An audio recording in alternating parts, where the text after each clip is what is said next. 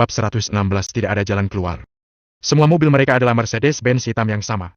Saat ini di bawah cahaya lampu, ada sebuah mobil SUV di antara 8 mobil itu. Ada truk pickup juga. Pokoknya tidak ada yang bukan merupakan mobil Mercedes-Benz. Selain itu, 8 mobil tersebut berjalan beriringan, menutup jalan dengan sangat rapat hingga bahkan sepeda listrik pun tidak akan bisa lewat. Mobil-mobil tersebut melaju dengan perlahan menuju ke arah Angel dan lainnya. Gawat! Sopir tersebut terkejut, lalu tanpa sadar mengerem mobil. Evan dengan cepat melihat sekeliling, dia langsung melihat satu jalan kecil di sebelah kanan. Belok kanan? Ucap Evan. Sopir langsung melihat tanda di sebelah jalan tersebut dan berkata, Kak Evan, itu jalan buntu. Evan tidak dapat menahan dirinya dari memaki.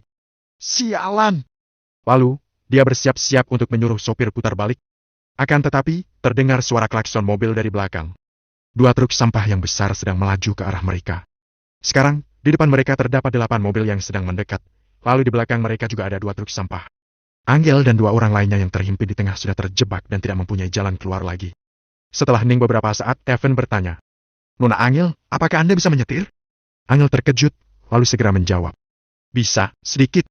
Nanti saya dan Jimmy akan turun dari mobil, kemudian Anda menyetir sendiri. Lurus ikut jalan ini, lalu belok kanan setelah Anda sampai ujung, itu adalah jalan Makadam. Rizky dan lainnya akan menjemput Anda di sana, kata Evan. Nada bicara Evan sangat rendah, seperti orang yang telah menyerah, lebih mirip orang yang sudah menerima kematiannya. Bagaimana dengan kalian?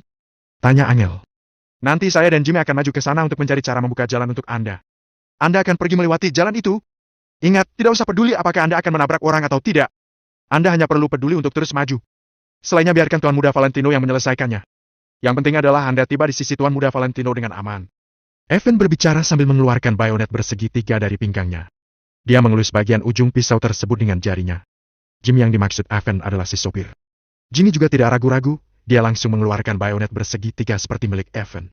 Kemudian, dia menghentikan mobil di tepi jalan. Angel langsung menolak. Tidak boleh. Kita sama-sama pergi.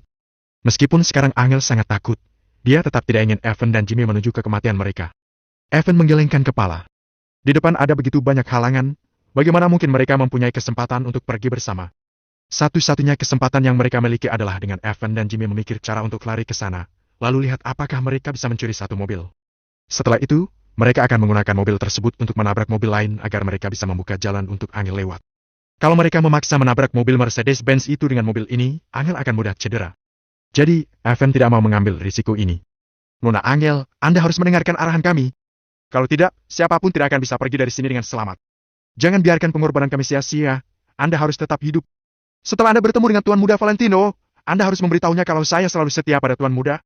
Setelah itu, Evan langsung membuka pintu mobil. Nona Angel, ingat, setelah kami membuka jalan untuk Anda langsung menginjak gas dan pergi dari sini. Tidak peduli apakah itu orang atau mobil, kalau ada yang menghalang jalan Anda tutup mata dan tabrak saja. Perintah Jimmy. Angel sangat tersentuh, tapi sekarang dia hanya bisa terus-menerus menggeleng kepala. Apa yang dikatakan Evan dan Jimmy benar, selama Angel dapat pergi dari sini, Angel baru tidak akan menyiapkan pengorbanan mereka. Lagi pula, sepertinya target orang di depan adalah Angel. Jadi, kalau Angel dapat melarikan diri dari sini, seharusnya Evan dan Jimmy akan baik-baik saja, kan? Setelah berpikir seperti itu, Angel pun bersiap untuk turun dari mobil lalu ke tempat duduk pengemudi. Angel, kamu masih mau lari? Memangnya kamu bisa kabur? Kuberitahu kamu, tidak ada orang yang di kota Neo bisa lari dariku. Orang yang mau kuhabisi pasti akan mati. Beberapa saat kemudian, terdengar suara Rain yang sangat sombong dari belakang. Sunroof mobil SUV terbuka, keluarlah Rain yang sedang memegang sebuah megafon. Lalu dia berteriak-teriak ke arah sini. Angel dan lainnya sama-sama terkejut, kemudian Angel berbalik dan melihat ke belakang. Evan bertanya, Nona Angel, apakah Anda mengenalnya? Ya, dia adalah Pangeran Grup Kingston Kota Neo, Rain Kingston. Jawab Angel sambil menggertakkan giginya. Dia sangat marah. Rain sudah berulang kali memprovokasi Valentino, tapi Valentino sama sekali tidak menghiraukan Rain. Tidak disangka ternyata Rain begitu jahat dan membuat onar lagi. Sebelumnya Rain lah yang mengutus orang untuk menabrak Ido dan lainnya. Sekarang orang yang menghalangi Angel masih juga Rain. Sebenarnya apa yang mau dilakukannya? Baguslah kalau Anda mengenal orang itu. Dengan begini, Tuan Muda Valentino pun sudah mempunyai target untuk membalaskan dendam kami. Ha? Evan tertawa terbahak-bahak, kemudian dia membuka pintu mobil lalu keluar. Begitu juga dengan Jimmy. Setelah dia menutupkan pintu pengemudi untuk Angel, Jimmy baru mengikuti Evan. Ryan menonton semua itu, ekspresinya penuh arti. Dia sama sekali tidak ada niat untuk berhenti. Saat ini di mata Ryan, Angel hanyalah sebuah mangsa. Meskipun memberikan Angel 10 mobil, dia juga tidak akan bisa kabur. Angel, jangan memberontak lagi. Malam ini aku sudah membawa 50 orang dan 10 mobil. Aku tanya padamu, bagaimana kamu akan melarikan diri? Kemana kamu akan pergi? Haha, tidak usah bilang karena Valentino tidak ada di sini. Walaupun dia ada di sini, aku juga akan mematahkan kakinya. Di dalam mobil yang melaju dengan tenang, Rain terus-menerus memaki. Sedangkan Evan dan Jimmy sama sekali tidak menoleh untuk melihat Rain. Mereka sudah sering melihat sampah seperti Rain. Semua fokus mereka hanya mengarah ke 8 mobil yang berada di depan mereka. Bam, bam, bam. 8 mobil tersebut berhenti berdampingan, memblokir jalan dengan sangat rapat. Kemudian, orang-orang yang di dalam mobil mulai keluar. Kira-kira ada 30 orang yang berpakaian hitam. Semuanya sedang memegang pisau, pistol dan tongkat. Aura membunuh menyebar dari tubuh mereka. Dalam sekilas, bisa diketahui kalau mereka bukanlah preman biasa, tapi benar-benar orang dari mafia. Ada lebih dari 30 pria berdiri dengan rapi di depan mobil-mobil sambil memegang senjata. Mereka terlihat seperti lautan kegelapan, benar-benar menyeramkan. Kalau orang biasa yang berdiri di hadapan mereka, dia pasti akan ketakutan lalu menyerahkan diri. Akan tetapi, Evan dan Jimmy seolah-olah tidak melihat situasi di depan. Mereka tetap berjalan dengan tenang. Seakan-akan, Evan dan Jimmy sudah sering bertemu dengan situasi di depan, jadi mereka pun tidak panik sedikit pun. Akan tetapi, kini Angel merasa gugup. Kedua tangannya memegang kemudi dengan sangat erat, telapak tangannya bahkan agak gemetar. Seorang pria maju 2 langkah, dia sedang memegang sebuah pipa besi. Lalu, dia menunjuk Evan dan berteriak, "Brengsek, kalian berdua cari mati, ya?" Namun, Evan masih saja tidak mengatakan apa-apa. Dia hanya menatap pria itu dengan datar dan lanjut berjalan. "Sialan! Kalau kamu mengambil 1 langkah lagi, aku akan membunuhmu," bentak pria itu sambil tersenyum sinis. Evan tersenyum sambil berkata, "Jimmy, apa ada masalah? Tidak boleh mempermalukan Tuan Muda Valentino." Jawab Jimmy dengan pelan, bab 117 mati tanpa penyesalan untuk Tuan Muda Valentino. "Bagus." Evan hanya menjawab Jimmy dengan 1 kata. Setelah itu, Evan tiba-tiba berlari dengan sangat cepat seperti seekor makan tutul. Jimmy juga mengikutinya. Mereka seperti binatang buas yang sedang memangsa di kegelapan, berlari ke arah 30 orang lebih itu. Semuanya terkejut. Ah, ada apa ini? Apakah Evan dan Jimmy tidak bisa melihat kalau saat ini mereka sedang berhadapan dengan 30 lebih orang? Apakah mereka tidak takut mati? Kalau 10 orang sekaligus menyerang mereka berdua, meskipun Evan dan Jimmy mempunyai 2 nyawa, mereka tetap akan kesulitan untuk bertahan hidup. Sebenarnya mereka seperti ini untuk apa? Mereka hanya seorang pengawal, apakah mereka perlu sampai mengorbankan diri? Pesona dan identitas seperti apa yang dimiliki Valentino sehingga membuat orang rela mati untuknya? Tadi Ido begitu, sekarang Evan dan Jimmy juga begini. Apakah semua orang yang berada di sisi Valentino begitu setia padanya? Brengsek! Setia sekali, ya? Aku mau lihat apa Valentino si sampah itu bisa menyelamatkan kalian. Bunuh mereka berdua. Perintah Rain. Tanpa berkata apa-apa, lebih dari 30 orang itu berteriak sambil mengangkat senjata yang berada di tangan mereka, kemudian mereka berlari ke arah Evan dan Jimmy. Lagi pula, orang mereka jauh lebih banyak daripada mereka berdua, dia unggul dalam segi jumlah. Mereka 10 kali lipat lebih kuat daripada Jimmy dan Evan. Jika mereka bahkan tidak mempunyai nyali untuk menghajar 2 orang, maka selama ini mereka telah hidup dengan sia-sia. Pria yang tadi memarah Evan maju duluan. Dia memutar pipa yang di tangannya, kemudian mengayunkannya dengan kuat ke arah kepala Evan. Orang-orang ini benar-benar kejam, mereka langsung menyerang bagian fatal. Ya, pukul mereka sampai mati. Bunuh mereka semua. Balaskan dendam untukku. Ryan berdiri di mobil SUV sambil melompat-lompat dengan antusias. Bam! Pipa pria itu malah mengenai bau Evan. Serangan pria itu kuat sekali sehingga tubuh Evan pun terjatuh untuk beberapa saat. Namun, pria itu tertegun. Sepertinya ada yang aneh. Dengan pengalamannya yang sudah bertahun-tahun, dia tahu kalau Evan pasti adalah pria yang terlatih. Evan berjalan dengan tenang dan berwibawa. Dia juga terlihat garang, pasti bukan lawan orang biasa. Jadi, pria itu sama sekali tidak menyangka pipanya malah berhasil mengenai Evan. Ada apa ini? Seakan-akan, dari awal Evan sedang menyembunyikan sesuatu. Akan tetapi, berikutnya, pria itu sudah menebak rencana Evan. Evan tersenyum dengan penuh arti. Evan mengeluarkan bayonet bersegitiganya lalu menusuk perut pria itu. Ujung bayonet tertanam ke dalam perut. Sekujur tubuh pria itu langsung gemetar, kemudian semua kekuatannya hilang dan akhirnya jatuh ke tanah. Tidak ada yang tahu apakah orang mafia ini mempunyai nyali untuk membunuh orang. Akan tetapi, Evan dan lainnya mempunyai nyali tersebut. Karena mereka adalah anak buah keluarga Wijaya. Kata keluarga Wijaya Kota Miracle memberikan mereka kepercayaan diri yang sangat besar. Ditambah lagi, kini Evan dan Jimmy sudah menjadi binatang yang terpojok, jadi mereka akan membunuh semua orang yang menghalangi mereka. Dalam sekejap, suasana menjadi hening. Siapapun tidak menyangka kalau baru di awal saja sudah ada pertumpahan darah. Pria tadi langsung jatuh tanpa mengetahui apakah dia masih hidup atau tidak. Pada saat ini, Rain dan lainnya baru mengerti kalau Evan dan Jimmy benar-benar lumayan kejam. Mereka tidak mungkin bisa mengejutkan Evan dan Jimmy melalui banyaknya jumlah mereka. Untuk sesaat, orang-orang mafia yang dibawa Rain pun ketakutan. Apakah pria yang bernama Evan itu tidak terlalu ganas? Jadi dalam sekejap, dengan Evan yang berdiri di depan dan Jimmy berada di sebelah Evan, mereka berdua berhasil mengalahkan 30 lebih orang itu. Pria tadi yang masih berbaring di tanah berteriak tanpa henti, memekikkan telinga orang-orang lain. Sejujurnya, 30 orang lebih itu sudah merasa sedikit panik. Sialan! Maju! Kalian begitu banyak orang, tapi malah tidak bisa menangani 2 orang. Teriak Rain dengan marah dari kejauhan. Kenapa orang yang berada di sisi Valentino seganas ini? Sedangkan orang yang Rain bawa semuanya malah lemah. Perbandingan yang besar ini membuat Rain semakin marah. Akan tetapi, lebih dari 30 orang itu tetap tidak bergerak. Lebih mudah diucapkan daripada dilakukan. Tapi siapa yang rela ditikam? Rain berbicara seakan-akan dia hebat sekali. Bagaimana kalau kamu saja yang maju? Sehebat apapun Rain, dia juga hanya bisa berbaring. Brengsek! 100 juta! Siapapun yang berani membunuh 2 orang itu, akan aku beri 100 juta. Teriak Rain sekali lagi. Ketika ada ganjaran, pasti ada pemberani yang melangkah maju. Kalimat ini tidak salah. Begitu Rain mengatakan itu, lebih dari 30 orang itu pun tertegun. Kemudian, satu persatu mulai tampak garang. 100 juta. Bagi mereka, itu adalah jumlah uang yang sangat besar. Untuk penjahat seperti mereka, siapa yang tidak mau bekerja untuk uang? Kini selama mereka bisa membunuh Evan dan Jimmy, mereka akan mendapatkan 100 juta. Siapa yang rela menolak? Dalam sekejap, ketakutan tadi yang mereka rasakan, karena Evan langsung menghilang dari benak mereka. Kini yang ada di dalam pikiran mereka hanyalah uang sebesar 100 juta itu. Serang! Uang tidak jatuh dari langit dan kita harus membalas dendam untuk sahabat kita. Seorang pemuda berdiri di paling depan, sambil memegang pipa, dia menjadi orang pertama yang berlari ke sana. Serang! 30 orang lebih itu langsung maju bersamaan, menenggelamkan Evan dan Jimmy di dalam kerumunan. Bam! Offet! Evan dan Jimmy menyerang puluhan orang itu tanpa segan-segan, mereka saling berkelahi. Selain itu, Evan dan Jimmy bukannya ingin berlama-lama dengan puluhan orang ini, yang mereka ingin lakukan adalah mendekati mobil-mobil tersebut. Tadi awalnya puluhan orang ini masih belum menyadarinya. Namun, ketika mereka merasa ada yang tidak beres, Evan sudah mendekati salah satu mobil. Jimmy, lindungi aku! Teriak Evan. Setelah Evan menikam salah satu pemuda, dia langsung berlari ke arah mobil. Untungnya masih ada kunci mobil. Evan tanpa ragu menghidupkan mobil. Sedangkan Jimmy telah dipukul oleh puluhan orang itu sampai terjatuh, dia dihajar habis-habisan. Evan tanpa ekspresi menginjak gas mobil.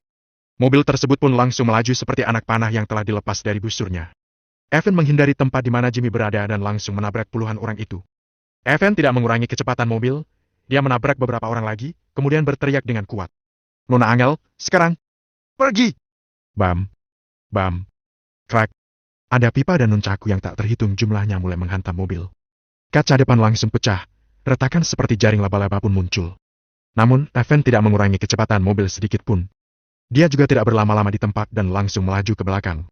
Evan tahu kalau orang-orang ini hanyalah ikan teri, yang paling penting adalah Rain Kingston. Membunuh pemimpinnya dulu. Selama Evan menghabisi Rain, maka semuanya sudah akan menjadi mudah. Baik. Angel buru-buru menghidupkan mobil, kemudian langsung melaju lurus. Bam! Bam! Bam! Angel menabrak satu demi satu orang. Angel sangat gugup, kini dia sedang menyetir sambil menutup kedua matanya. Dasar sampah! Ketika Rain melihat Evan sedang melaju ke arahnya, Rain langsung panik. Dari tampang Evan, sepertinya dia ingin mati bersama dengan Rain. Bagaimana mungkin Rain bersedia? Walaupun Valentino sendiri yang ingin mati bersama Rain, Rain juga tidak akan bersedia untuk mengorbankan nyawa. Bab 118 Rain yang sombong. Tit! Tit! Bunyi klakson truk sampah yang berada di belakang berbunyi lama, kemudian melaju semakin cepat untuk menghalang bagian depan Rain. Kini Rain adalah bos mereka. Jika Rain mati, dengan siapa mereka akan meminta uang? Truk sampah besar ini sedikit pun tidak ragu-ragu dan langsung menyambut tabrakan Evan. Evan putus asa. Bertabrakan dengan truk sampah bukanlah keberanian, melainkan cari mati. Akhirnya Evan pun dengan cepat memutar kemudi, bersiap-siap untuk membantu Angel kabur. Halangi mobil Benz itu? Tangkap si bajingan yang ada di dalam. Nanti akan aku berikan 100 juta, bukan 200 juta. Setelah Rain merasa dirinya aman, dia mengeluarkan kepalanya lagi dari mobil SUV dan berteriak-teriak. Di bawah ganjaran 200 juta, orang-orang itu merasa sangat bersemangat lagi. Masing-masing memegang tongkat. Entah menghancurkan mobil Mercedes-Benz Angel atau langsung melemparkan diri ke depan mobil. Pokoknya mereka siap untuk menghalangi mobil tersebut. Angel menggenggam kemudi dengan erat, dia sama sekali tidak berani untuk memutarnya lalu tanpa sadar semakin menginjak gas lagi. Begitu pria-pria yang telah ditabrak mendengar 200 juta, mereka langsung tidak kenal sakit. Mereka melompat ke mobil Angel lalu memanjat naik. Ada yang menarik jendela mobil, ada yang memegang kada spion. Dalam sekejap, 10 orang lebih telah berhasil memanjat naik mobil Angel. Sekarang pemandangan itu mirip dengan yang ada di film. Orang yang di dalam mobil sedang berusaha untuk melarikan diri, tapi orang jahat bersikeras untuk memanjat naik mobil. Jika Angel pandai menyetir, dia bisa melempar semua orang itu dengan membanting kemudi ke salah satu arah. Akan tetapi, Angel tidak begitu pandai menyetir. Jadi, karena ada banyak orang yang sedang menarik mobil Angel, kecepatan mobil pun terpaksa menjadi lambat. Brum! Brum! Tepat pada saat ini, Evan mengejar dan langsung menabrak 8 orang. Nona Angel, cepat lari! Teriak Evan. Namun, setelah Evan mengatakan itu, tiba-tiba datang kekuatan yang sangat mengerikan dari bagasi mobil. Evan pun menjadi kehilangan kendali akan mobilnya. Bam! Bagasi mobil langsung hancur, lalu datang momentum yang sangat kuat. Momentum tersebut membuat kepala Evan menghantam kemudi. Rasa sakit menyebar ke sekujur tubuh Evan, kemudian dia kehilangan kesadarannya. Sedangkan Jimmy dari tadi sudah dipukul sehingga dia pingsan. Angel membelalakan matanya sambil melihat semua ini. Kejadian yang biasanya hanya muncul di film malah terjadi pada Angel. Mungkin Angel baik-baik saja kalau dia hanya menjadi seorang penonton, tapi karena dia sendiri yang mengalami ini, Angel pun benar-benar ketakutan. Dia bahkan ketakutan sehingga lupa untuk menginjak gas. Sedangkan Brian juga tidak akan memberikan Angel kesempatan lagi. Brum! Mobil SUV itu melaju dengan sangat cepat, ia langsung memblokir jalan Angel. Setelah itu, Rain turun dari mobil sambil tersenyum sinis. Dia menggerakkan jarinya kepada Angel. Nona Angel, keluarlah! Apa yang kamu tunggu? Kamu? Rain, Valentino tidak akan melepaskanmu. Bentak Angel. Ketika Rain mendengar itu, dia tertawa terbahak-bahak. Hah? Valentino si sampah itu? Apa yang bisa dia lakukan padaku? Aku sudah beberapa kali melawannya, tapi aku masih hidup, kan? Lagi pula, sekarang kamu berada di tanganku, meskipun dia sedang berdiri di hadapanku, yang bisa dilakukannya hanya berlutut. Rain tersenyum sinis, dia merasa sangat senang. Ketika melihat penampilan Angel yang cantik, Rain menjadi semakin bersemangat. Malam ini, wanita cantik Kotanyo ini, Dewi Kotanyo akan menjadi miliknya. Kamu? Kamu tidak tahu malu? Kamu licik, kata Angel dengan murka. Hehe, aku akan memperlihatkan sisi tidak tahu maluku padamu. Aku membawamu ke suatu tempat dulu, lalu aku akan menyuruh Valentino menjemputmu. Aku akan melakukan sesuatu di depannya. Setelah itu, aku akan mematahkan kakinya. Haha. Ketika Rain berbicara, dia menjadi semakin sombong. Dia membuka pintu mobil lalu menarik Angel keluar. Sedangkan Angel langsung menggigit tangan Rain dengan sangat kuat. Aduh, dasar jalan! Brengsek! Maki Rain.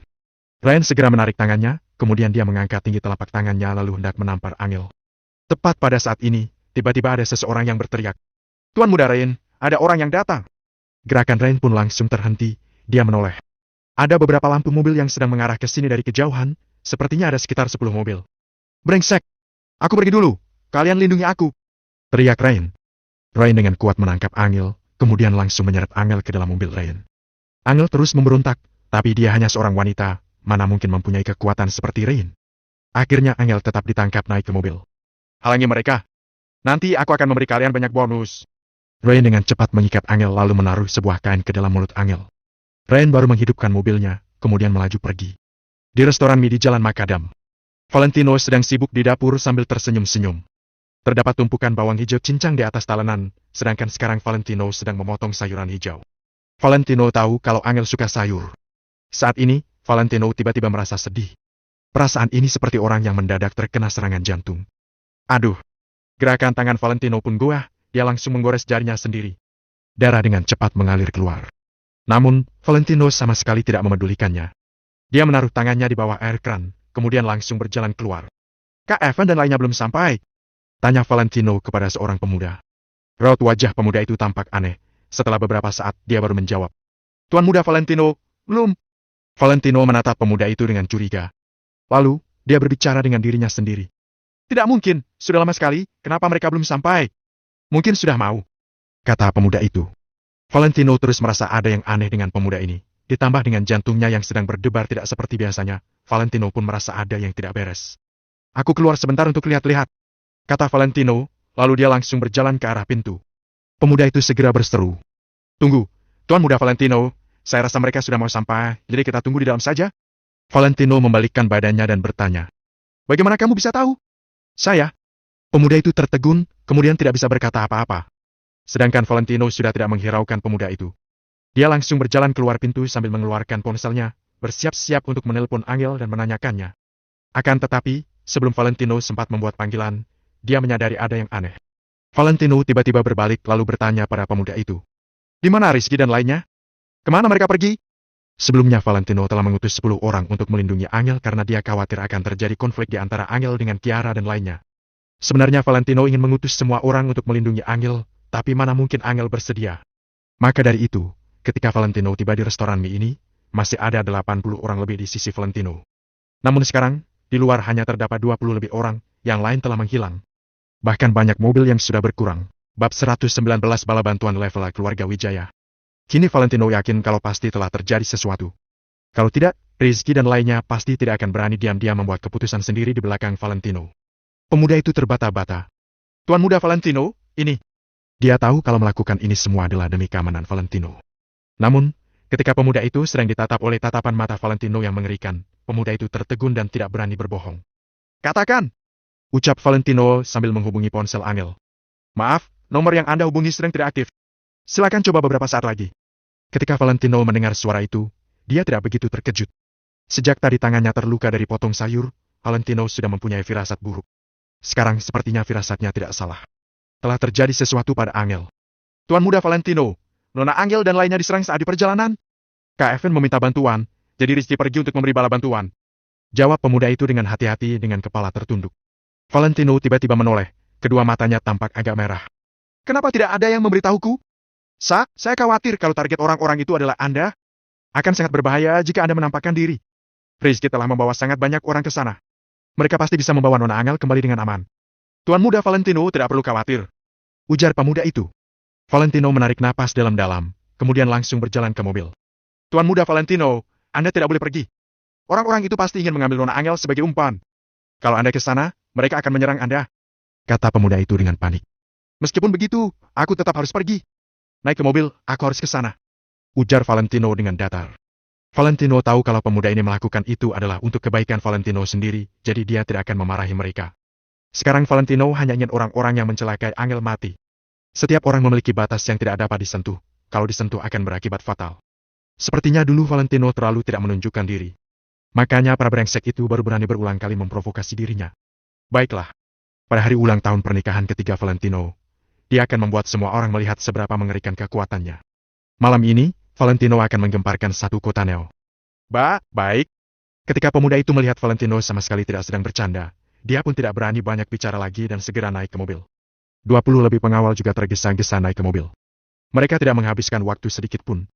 Mereka menghidupkan mobil masing-masing lalu segera melaju untuk menyusul Rizky dan lainnya. Mobil-mobil itu melaju dengan sangat cepat. Saat pemilik restoran mie melihat Valentino pergi, dia keluar dengan bingung.